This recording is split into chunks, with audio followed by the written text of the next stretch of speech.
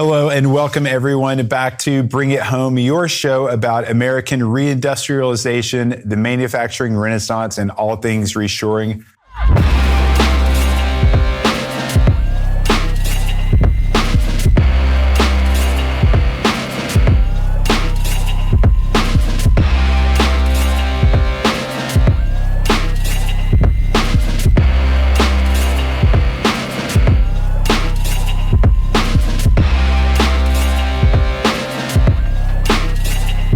I'm your host, Firecrown strategic analyst, JP Hampstead.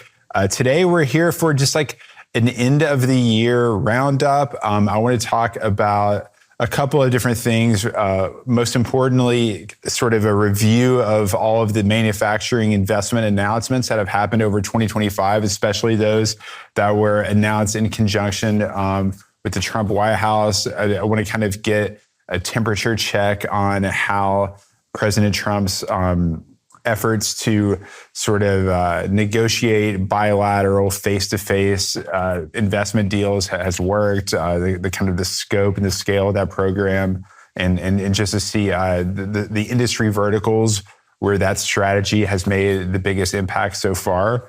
But first, I want to talk about this really cool magazine I subscribe to, American Affairs.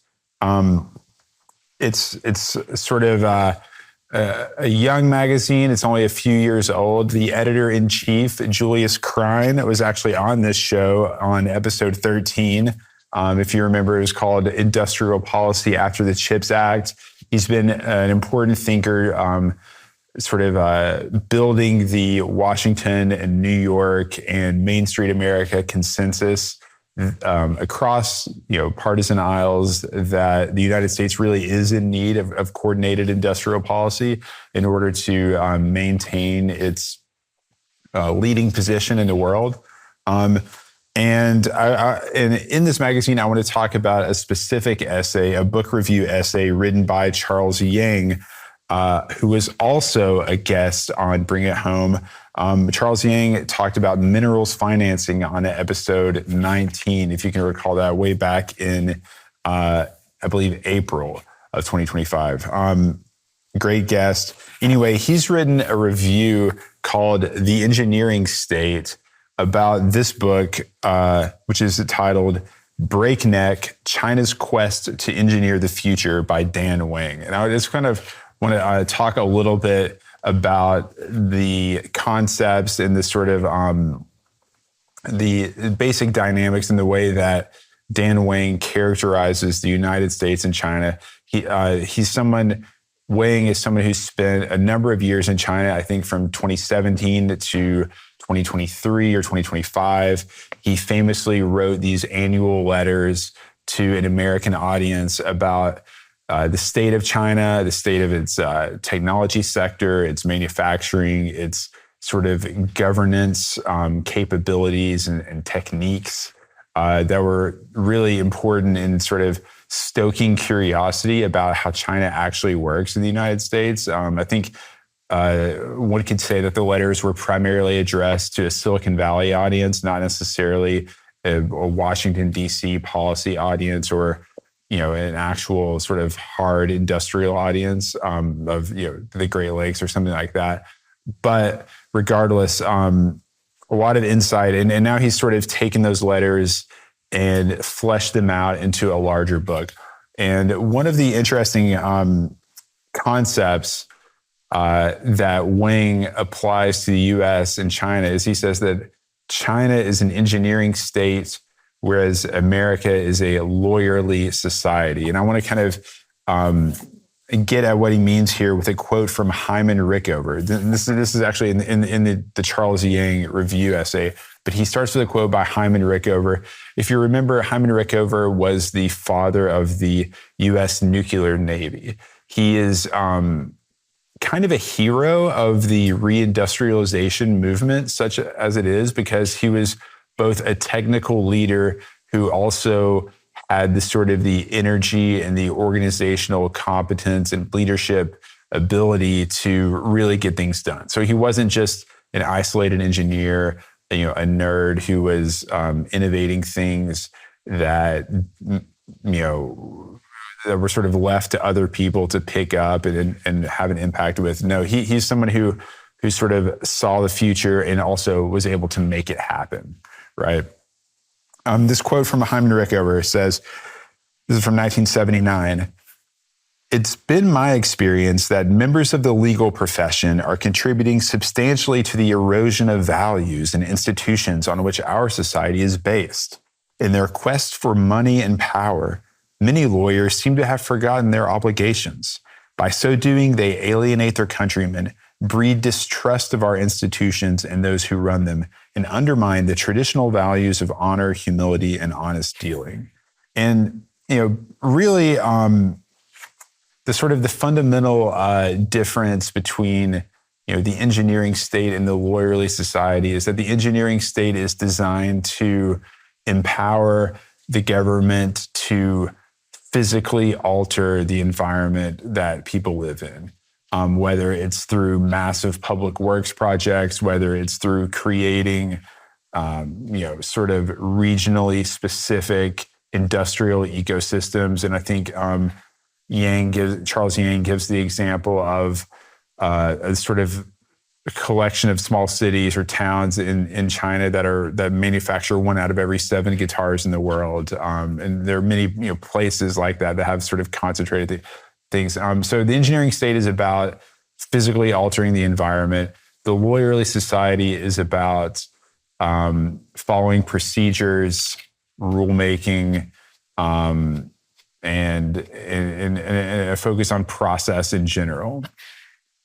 And essentially, one way to think about it is that the lawyerly society is like the domination of society by overhead, right? The lawyers they're not raising money. They aren't conceiving of projects. They aren't financing them. They aren't physically building objects. They aren't sort of intellectually doing the intellectual work of innovation and invention. No, they're just making sure that everyone follows the rules, which is, a legitimate function in society. And the rule of law is a cornerstone of Western civilization. But a dominance of society by lawyerly types, and you can look at the composition of the U.S. Congress. You can look at the professions of the majority of the U.S. presidents to see that this is true. The dominance of lawyerly types means has profound impacts for just the way that our government and the American state thinks about industrial policy, right? And Yang goes on to discuss the sort of on the left, the idea of abundance and creating more. It's sort of a YIMBY or yes in my backyard movement of creating more housing and more energy and more food and things like that by loosening up zoning regulations and things like this. And Yang says that this is a characteristic pattern of thought or habit for a lawyerly society to get into, which is to say that, okay, if we tweak the regulations, if we optimize the rules, if we loosen things up a little bit, everything will take care of itself. Whereas he says that, an engineering society or an engineering state would be more focused on who's actually doing the work, who is going to make the project happen, what does the project look like, is there a way for the state to get directly involved in the the conception, the financing, and the execution of the product of the project. It's not just about fixing the rules and hoping that something happens. It's about making it happen, right? There are a few other points that I want to make from this book. Let's see. This is Yang writing about Wang. He says, in the final analysis, Breakneck, the book, posits that the state that builds will win. And he goes on to say that he talks about Thomas Hoekman. He says, while we may have too many lawyers, it's also the case that we lack the right kind of financiers. And the other thing that I wanted to mention, when I referred to the U.S. presidents earlier, we've only had, Yang points this out, we've only had 2 US presidents with strong engineering backgrounds, Herbert Hoover and Jimmy Carter. And both of those presidents are, he says, they're remembered less for technical competence than for political naivety. So, Hoover with his sort of underwhelming response to the Great Depression and, kind of getting thrown out of office in the election of 1932. Jimmy Carter similarly, botching some foreign policy moves and getting thrashed by Reagan in the election of 1980. Both these men were engineers, and there's a way in which not only do we need the sort of lawyers who run our society to perhaps give more deference to engineers, to builders, to people who can, marshal technical resources at scale to execute large things. But we also need to make those technical. We need to train our technical leadership in such a way that they are able to navigate the bureaucratic complexity of Washington, D.C., that they are able to build consensus through political alliances and, you make the government work, right? Anyway, yes, technical leaders capable of organizing production and driving innovation.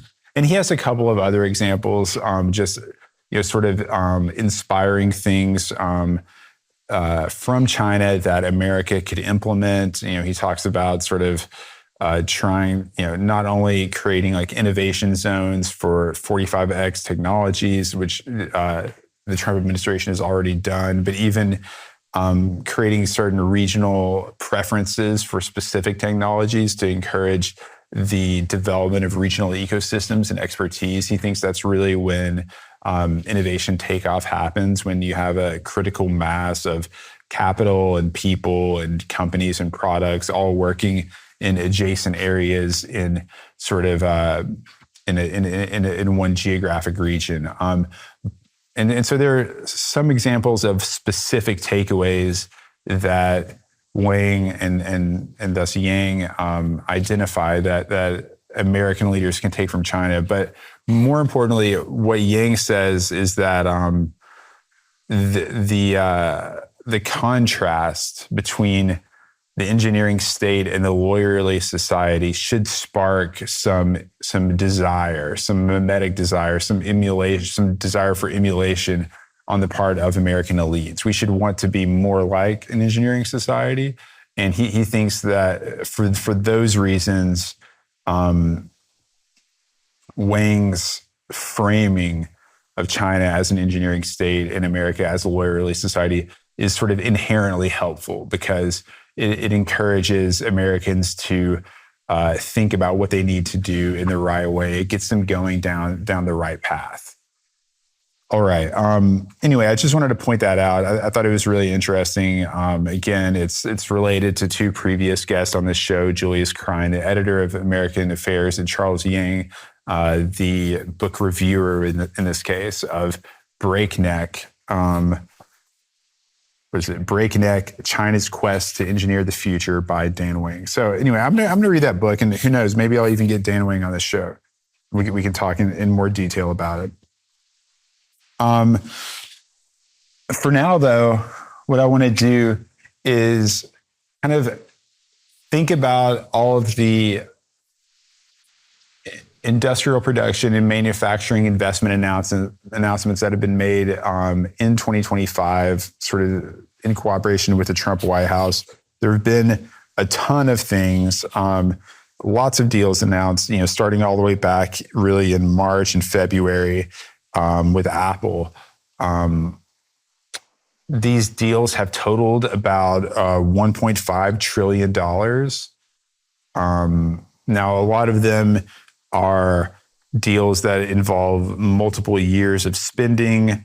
A lot of them are sort of incremental additions to capital expenditures that were already planned. So if a corporation was already planning on spending, $10 billion a year on CapEx, and they announce that they announced with the Trump White House that they're going to spend $70 billion over the next 5 years. That's really only incremental spending of $4 billion a year, right? So it's important to like sort of put these into context, to think about the scale of the enterprises that are announcing them. They're sort of already planned and announced CapEx, and then what kind of growth that represents on top of it. That being said, I want to kind of go through some of the industries that have seen the biggest impacts. One of them, the biggest one, of course, is electronics and technology hardware, with the $600 billion announcement from Apple, the $150 billion announcement from IBM. Both of these were made sort of, throughout the year. IBM's announcement came in April. Apple really started in February and then doubled down in August. These investments are really going to be spread across the entire country. And as I've pointed out before on this show, a lot of Apple's investments have to do with expanding production at their key vendors. And I've given the example of Corning Glass in Kentucky that makes the touchscreen glass for the iPhones. They're undergoing a multi-billion-dollar expansion as part of this Apple investment. They will, I think at some point next year, they will be producing the touchscreen glass for every iPhone sold in the world, not just in America. So that's a kind of example of like, you're not going to see groundbreaking for Apple factories, right? Or necessarily for iPhone or MacBook Pro assembly lines, right? What you're going to see is they're deepening partnerships with American vendors and suppliers, expanded sort of supply chain footprints and capacity and things like that. Apple's investment will be spread out over many, many entities and really have, I think, a kind of a big, widespread impact on the United States. Another really big category is pharmaceuticals, biotech, and healthcare, which saw about $387 billion worth of announcements. Johnson & Johnson announced that they were investing $55 billion, Roche $50 billion, AstraZeneca $50 billion, Eli Lilly $50 billion, Bristol Myers Squibb $40 billion, and then a number of others, including Gilead, Novartis, Sanofi, which are about $35 billion each. These are really U.S.-wide. Some of them are brand new production facilities. Some of them are expansions or additional lines built onto additional facilities. I noticed over the year.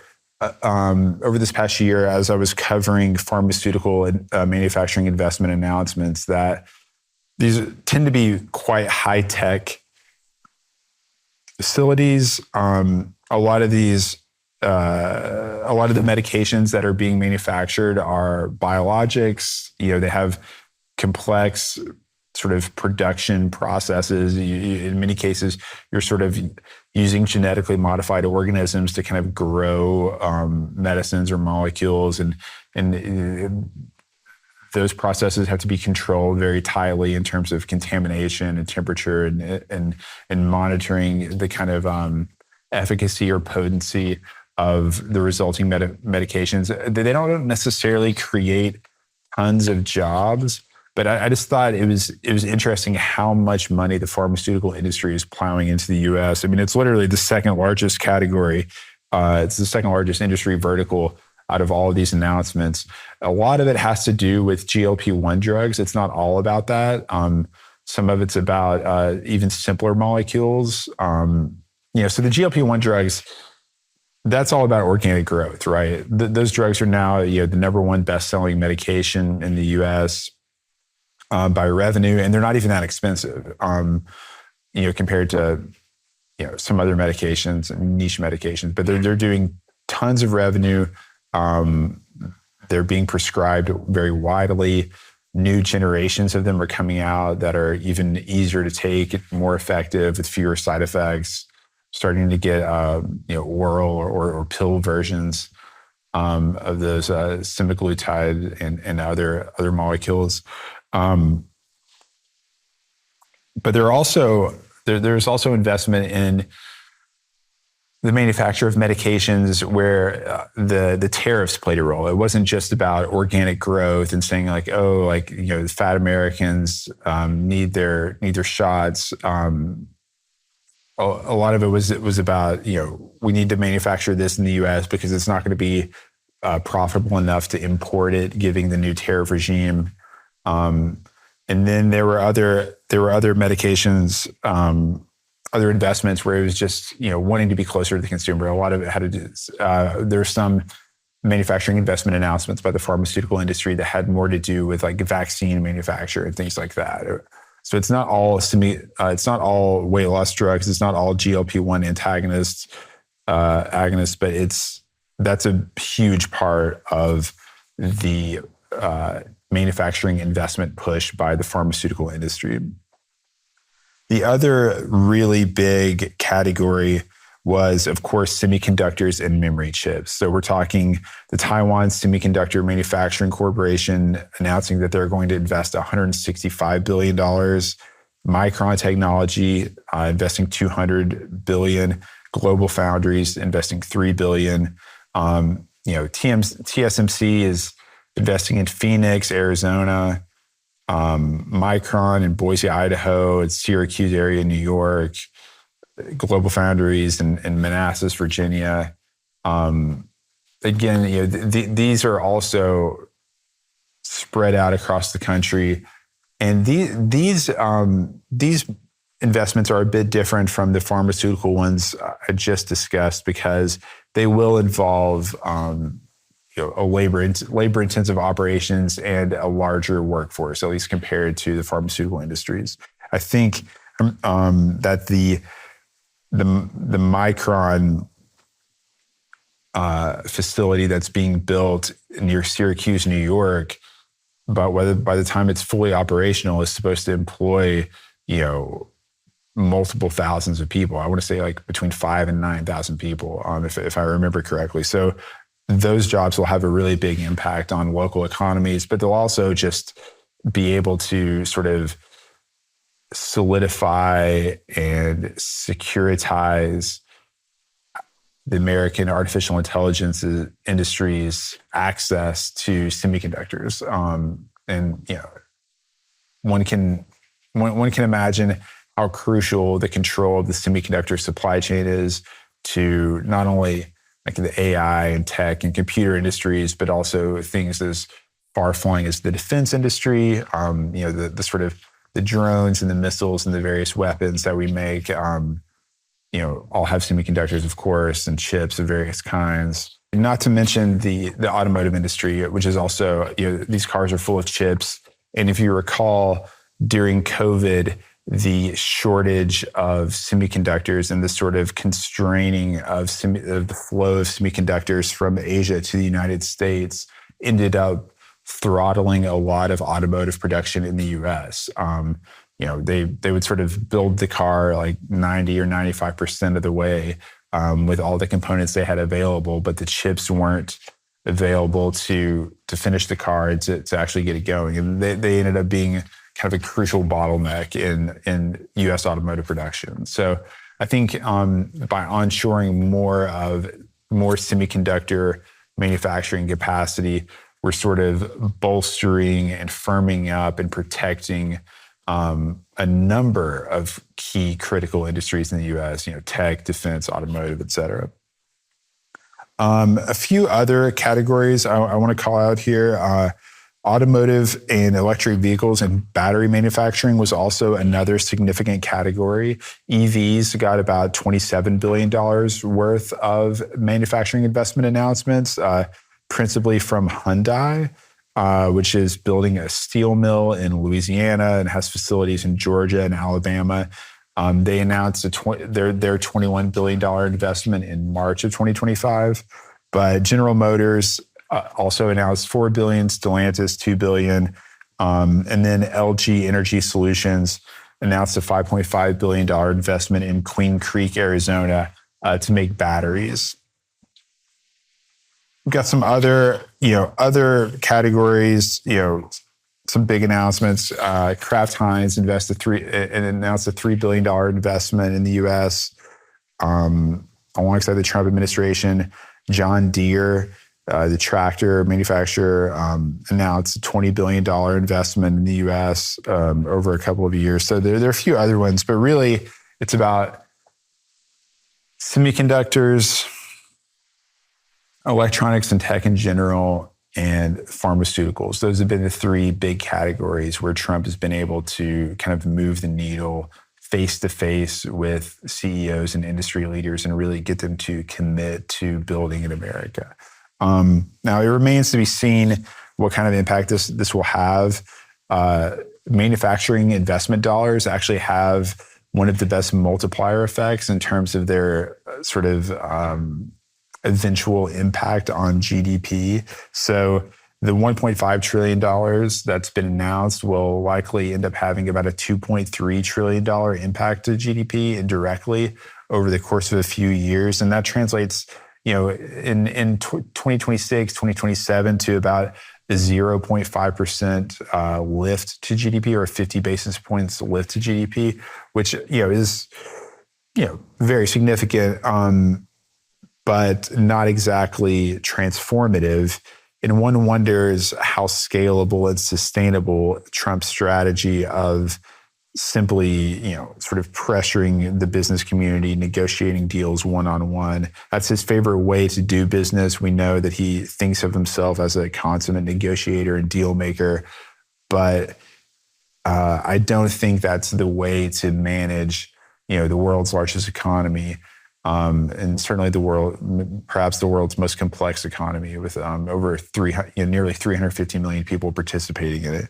So deeper, more fundamental policy changes are going to be required, even perhaps like Charles Yang suggests in his review of Dan Wang's book Breakneck, a deeper, more fundamental cultural shift away from the lawyerly society toward the engineering state will be necessary for the U.S. to make sure that it and not an adversary power is the one building the future. Well, that's all we have for today. Merry Christmas, Happy New Year, Happy Holidays. It was great to be with you through 2025, and we're looking forward to a great 2026. Can't wait. Follow this show on YouTube, where you can listen to Bring It Home, on freightwaves.com, through web TV. You can watch it on YouTube. You can get it through Apple Podcasts or any of your favorite podcast players. Like and subscribe to us on YouTube. Get the updates, and stay tuned for more.